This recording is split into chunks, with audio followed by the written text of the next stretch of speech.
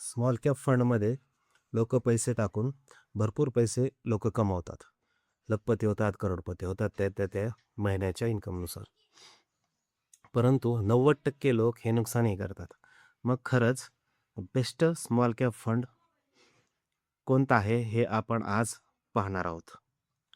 तर बघा, small cap fund म्हणजे काय? अशा कंपन्या असतात की ते स्मॉल कंपन्यामध्ये इन्व्हेस्टमेंट ज्या मार्केटमध्ये लहान असतात, पण ग्रोथ खूप मोठी असते. सेबीनुसार टॉप 2050 नंतरच्या कंपन्या म्हणजे स्मॉल कॅप फंड असं त्यांनी वर्तवलेलं आहे. म्हणूनच रिस्क जास्त आहे, परंतु नफा पुन्हा जबरदस्त आहे. स्मॉल कॅप फंडमध्ये 43% फाल येणं नॉर्मल आहे. पण लक्षात घ्या, लॉंग टर्ममध्ये जवळजवळ ह्याच कंपन्या 22% CAGR रिटर्न देतात. म्हणूनच पेशन्स खूप महत्त्वाची. आता मेन प्रश्न राहिला, बेस्ट स्मॉल कॅप कोणता? तर Nippon India small cap fund. मग हाच का? कन्सिस्टंट परफॉर्मन्स देतो, मोठा AUM आहे, म्हणजे 60,000 प्लस करोडची कंपनी आहे. 5 वर्षात जवळजवळ 22% रिटर्न त्याने दिलेला आहे. लॉंग टर्म इन्व्हेस्टर्ससाठी हा टॉप चॉईस मानला जातो.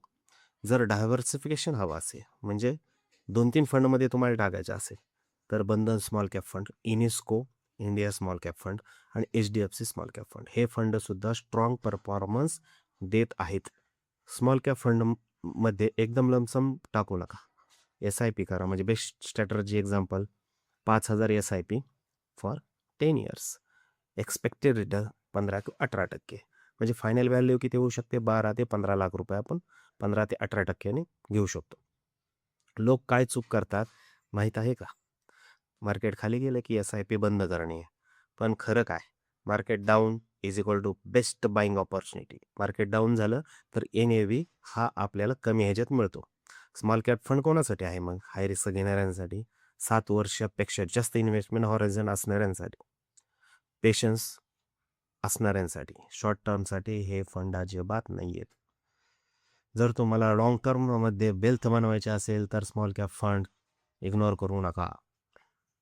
कमेंट करा स्मॉल कॅप, मी तुम्हाला बेस्ट पोर्टफोलिओ तयार करून देतो. Subscribe stock market always. Thank you.